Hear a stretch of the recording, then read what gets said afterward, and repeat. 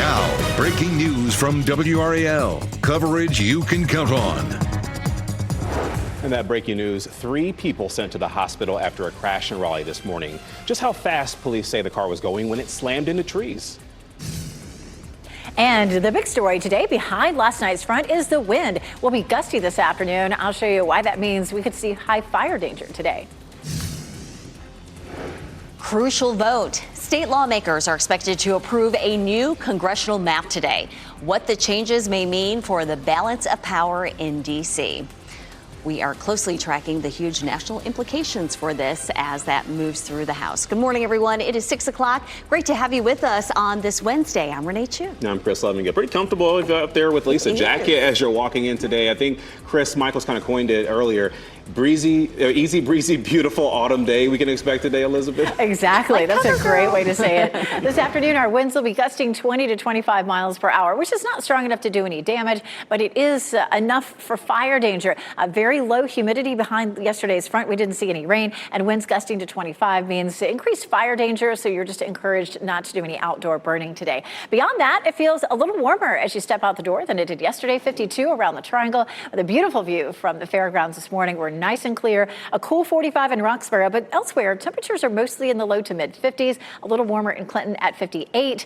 Beautiful day today. We'll see temperatures at lunchtime right around upper 60s to near 70 and highs in the mid 70s this afternoon. Watching the tropics, Tropical Storm Melissa is likely to really start to pick up in intensity as we get closer to the weekend, possibly Category 2 as it nears Jamaica. We'll talk more about what this storm could do coming up. Ken? This is what's happening now in the WO Traffic Center. Things are definitely beginning to pick up on that southern loop of the Beltline. There's I-40 and Lake Wheeler Road. Those are the westbound lanes moving away from us this morning, but moving at a nice, steady clip, which is pretty good this time of the morning. As far as other routes coming into the capital city, no delays whatsoever. Just a minor crash on Wendell Falls Parkway and Landing Tree Drive. It's in a neighborhood, not really causing any problems for you this morning, but if that's part of your neighborhood, just be mindful of that. But no delays whatsoever heading into Durham either. You're getting ready to head into the car. Tune us in on the radio, 101.5 HD3. Ken, thank you. Breaking news. 3 people are in the hospital this morning after a crash in Raleigh. This happened on East Millbrook Road near Hargrove Road. Allie Cadlabar is there in the WRAL Breaking News Tracker. Allie, a tow truck had to pull the car out of the woods. And we moved closer to where that car ended up. I want to walk you through just what happened. Around 3 a.m., that driver was speeding, sped through this intersection, then hit a traffic control sensor in that median there. You can see how far pieces of that traffic control sensor traveled. The car kept going, crashed into this fence, and then into this wooded area. And you can see even a piece of that fender is still left at the scene. And I want to show you just what's left of that entire car. It is destroyed. Now, we know from Raleigh police that 3 people were inside that car when this happened. They were taken to the hospital. They are expected to be okay. We're still working to find out if alcohol was a factor in this. Raleigh police say they are looking into it. And we're also working to find out if the driver is facing any charges. We did see a crew out here working to make some repairs, but we're working to find out when that traffic control sensor will be repaired as well. We know a lot of people use this intersection, according to Raleigh police. We're going to keep you updated. Reporting live in Raleigh, Allie Cadlabar, WRAL News. Happening today, a new map giving Republicans an additional advantage in congressional elections is expected to get its final approval. Let's go ahead and bring in Kelsey Coffey. She's live right now outside the legislative building this morning. And Kelsey, you know, it's been a pretty busy couple of days, and now the vote is expected to happen today. Yes, Chris, it's definitely been a busy few days, and now in just a few hours, lawmakers in the House will walk inside the legislative building here to make a critical vote. That new congressional map could help Republicans secure seats in next year's midterm elections. Yesterday, the map passed in the Senate and moved forward with a preliminary vote in the House. The new districts would give Republican candidates an advantage in 11 of the state's 14 congressional districts. Right now, Republicans represent 10. State law prevents Democratic Governor Josh Stein from vetoing redistricting bills. Our cameras were there as people gathered to protest lawmakers' decision. The redistricting would impact District 1, which is currently represented by Democrat Don Davis. His office sent a message to WRAL state government reporter Will Doran. Says that his office has received over 46,000 calls, emails, other messages from his constituents, and that every single one of them has been opposed to this map. So we'll be sure to keep you updated on this and how this could impact the balance of power in Washington. The House is set to make their final vote this morning at 10:30. Kelsey Coffey, WRAL News, live in Raleigh. And as Kelsey mentioned, right now Republicans have an advantage in 10 of our state's 14 congressional districts, and they want to make that 11. They are trying to flip District 1. The new lines would all but guarantee a GOP victory in that district. Don Davis is one of 3 black members of the state's congressional delegation. District 1 has been represented by black Democrats for more than 30 years.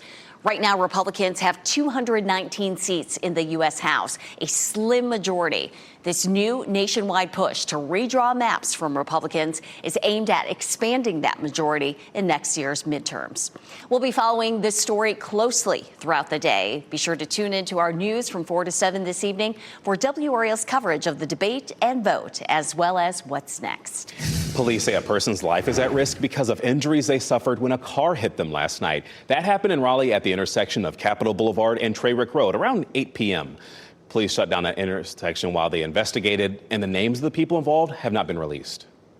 We are trying to learn new information this morning about a water main break near Highway 42 in Johnston County. The WRAL Breaking News Tracker was there as crews were working on Castleberry Road. That's in Flowers Plantation near Clayton. Flowers Plantation posted on Facebook last night that water had begun to run again for some residents. There's no word yet on when work will be complete. And Renee, teams were on US 70 overnight in Garner, and work is being done on the bridge on Benson Road that goes over the highway. That part of Benson Road is expected to be shut down every night this week. Weather permitting, work is expected to be completed by Saturday. Happening today, people in North Hills will be gathering as the developer seeks approval for new high-rise buildings in that community.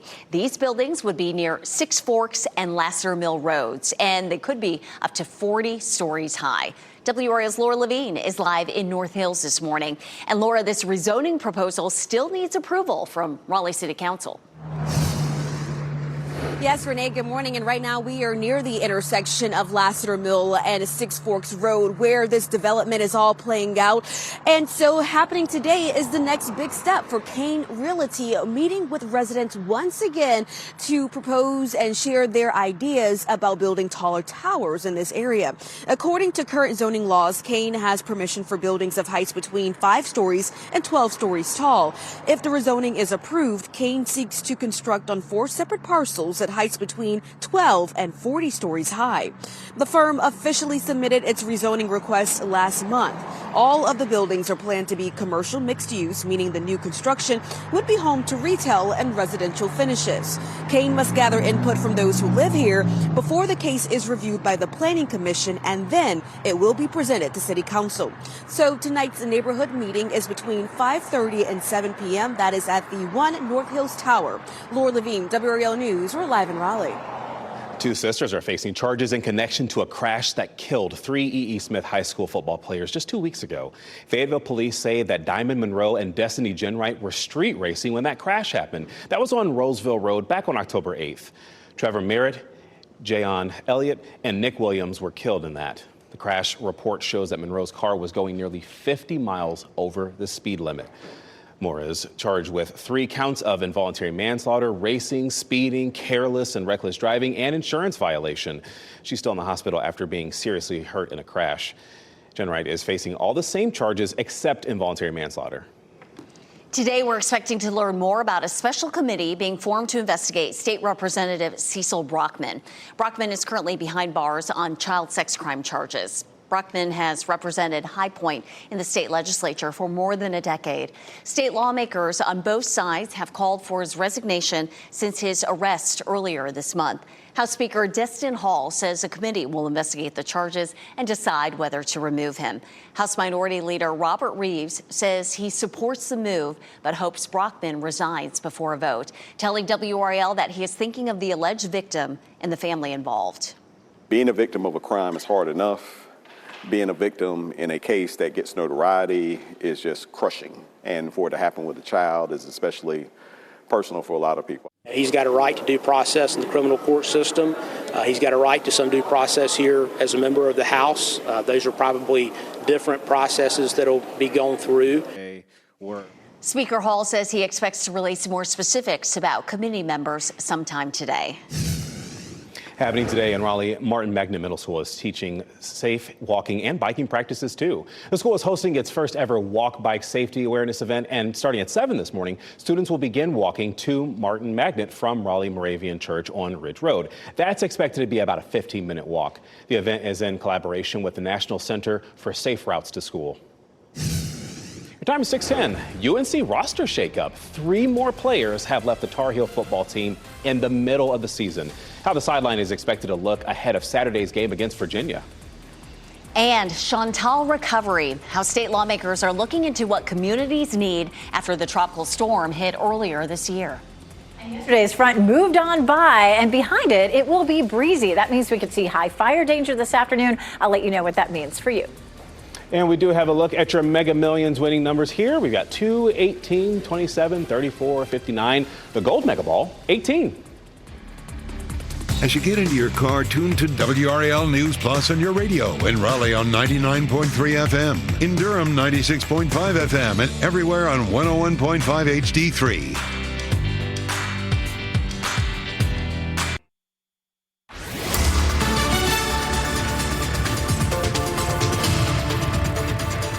.13, it's a pretty morning and not quite as chilly as it was yesterday. 54 in Wilson, 52 in Durham, and 55 in Fayetteville. We did have that front move through overnight, and behind it, it's going to be a bit breezy this afternoon. But temperatures are going to be comfortable. We'll see winds gusting up to, say, 20, 25 miles per hour later on. We do have high fire danger for this afternoon. Heading out the door, you may not need a jacket that's as heavy as it was yesterday, but stand by because we're going to see much chillier temperatures, especially Friday and Saturday morning. So I'll show you how chilly it will feel, and we'll talk about why coming up. In terms of your exercise planner this morning, feeling comfortable. 51 at 7 o'clock, and closer to lunchtime, we'll climb up to 65. We'll see highs in the mid-70s this afternoon. We do, of course, have Tropical Storm Melissa that formed yesterday. It looks like it could increase in intensity rapidly. We'll take a look at that coming up. Ken? All right, Elizabeth, weather and traffic every 10 minutes. We're starting in the northern loop of the Beltline. There's I-440 and New Bern Avenue. Those are the westbound lanes moving away from us, moving at a nice steady clip this morning. So in terms of the entire northern loop of the Beltline from Capitol Boulevard all the way to Wade Avenue, delay-free at this hour. And similarly, we're not seeing any delays on any of the major routes coming into the capital city as well. I'm going to have some more updates coming up in less than 10 minutes. And happening right now in the WRAL Live Center, some sad news out of Uganda. Officials are saying more than 40 people are dead after vehicles and buses crashed. Look at the devastation here of this bus. 2 buses and 2 vehicles crashed early this morning on a highway, killing at least 46 people. Officials say that the 2 bus drivers were going in opposite directions. They attempted to overtake other vehicles and collided. Officials say fatal road crashes are common in Uganda, but the death toll in this latest crash is uncommonly high. They're saying at least 46 people are dead in this. Most of the injured people are recovering in a hospital. The UNC football program has suffered another blow in an already tough season. The school has confirmed that 3 players have left the team. Price Yates, Yasir Smith, and William Boone are no longer with the team. Boone was the starting offensive lineman early in the season, but has been out due to injury. His agent confirms that he is pursuing a medical redshirt to maintain his 2 remaining years of eligibility. These players join a growing list of athletes that have stepped away since the season began. UNC is still looking for their first conference win this season. They host Virginia on Saturday. UNC cornerbacks coach Armand Hawkins will be back with the team for Saturday's game. This will be his first game back after being suspended for allegedly violating NCAA rules related to extra benefits. Hawkins missed Carolina's game on Friday. Yesterday, Coach Bill Belichick confirmed that the university cleared him.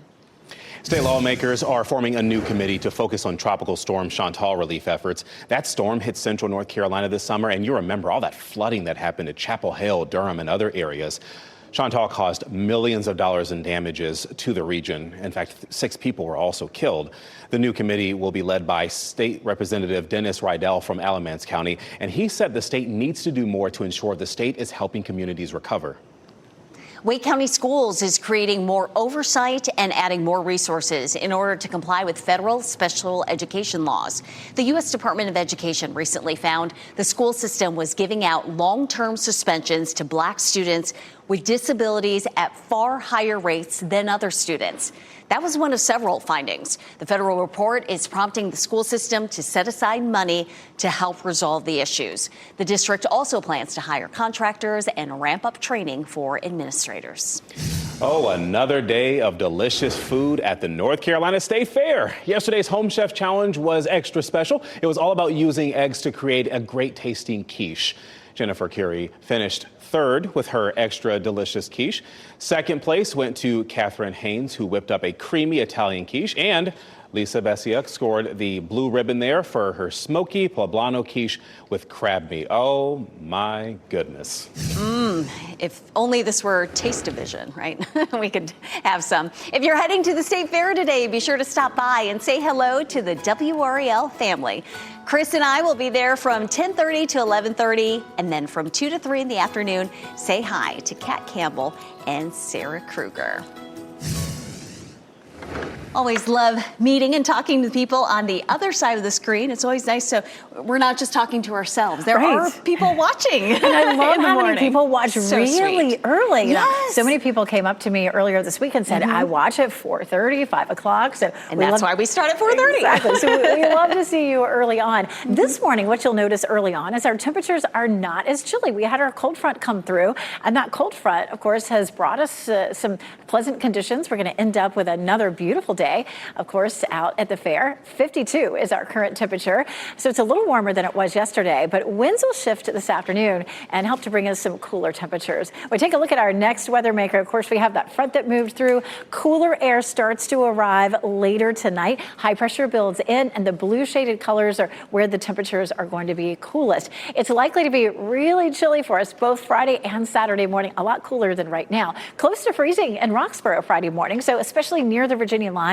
we have the chance of some patchy frost. 38 in Sanford, 40 Southern Pines, 42 Fayetteville. But that's Friday morning. It's just going to take a little bit of time for the temperatures to cool down. The next thing we see after that cool down is a chance for rain late Sunday. This is Sunday at 5 a.m. If you're headed to the fair Saturday or Sunday, right now it looks just fine. This is Sunday at 7 p.m. At that point, at least on this version of Futurecast, everything is back to the west until maybe midnight or after. And then Monday looks like it could be on the wetter side, possibly lingering into early Tuesday. Hopefully that's going to bring us some much needed rain. We take a look at our forecast rainfall totals for the next several days. It's going to be really light, looking at probably anywhere from 1/4 of an inch to 1/10 of an inch. So but we'll take what we can get. Tropical storm Melissa formed yesterday with winds at 50 miles per hour right now. It's moving northwest at 7. But look at this. By the time we get to the early part of the weekend, we're looking at a Category 1 and then Category 2 storm by early Monday as it approaches Jamaica, which is right there. Not good news for folks there. That's something that we'll continue to watch closely. It may linger, of course, all the way through the next week or so. So we may be watching this one for quite some time. And it has a good chance, of course, becoming a Category 2, possibly even Category 3 storm. Checking our 7-day forecast, we're looking at temperatures starting to decrease, and temperatures will be in the upper 60s by the time we get to the weekend with some nice chilly mornings. Ken? All right, taste of fall. Excellent. So let's start with the southern loop of the Beltline. This is I-40 and Lake Wheeler Road. You can see the westbound lanes moving away from us, but moving at a nice steady clip, because right now we're not seeing any delays on that southern loop of the Beltline. If you're coming in from Garner, Johnston County, maybe using I-40 westbound, Highway 36 to the Beltline, no delays whatsoever. In terms of other major routes coming into the capital city, we just have a 1-minute delay coming in on US 1, and just a 1-minute delay as well if you're coming in from Nidell this morning. You're getting ready to head into the car, though. Tune us in on the radio, 101.5 HD3. Supporting senior drivers. From the perfect and the comfortable car to affordable insurance rates, Five on Your Side has steps you should consider when getting a new car. Helene recovery. Progress being made on bridges in western North Carolina. How the projects are helping neighbors return to a sense of normalcy.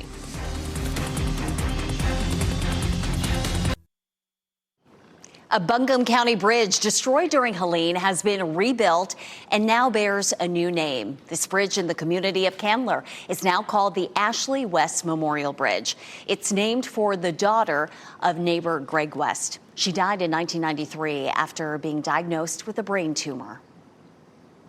We trust this new Ashley West Bridge will warm you with precious memories of your beautiful daughter and God's never-ending love for you and all those for whom it provides safe passage. The bridge was built by volunteers from multiple organizations, including followers of the Mennonite faith. This What's Trending report, sponsored by Rug & Home.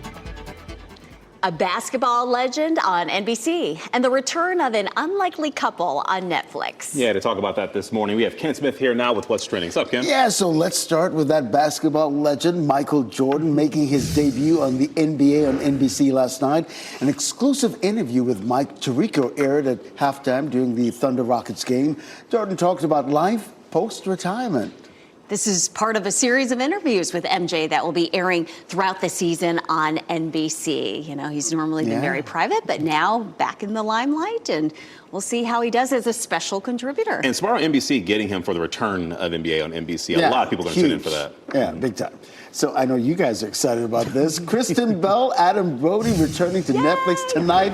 The release of season 2 of Nobody Wants This. Yeah, we all want it. The show follows an unlikely love story between an agnostic podcast host and an unconventional rabbi. And Ken, it's supposed to explore season 2, the honeymoon phase of their relationship. It has excellent writing. There's a lot of interesting drama, but I don't know. It's a very good take on like a love story. I love watching it. I'm sorry, I was just watching Adam Brody. He's very swoon-worthy. I'm so excited. So excited. Thanks, Ken.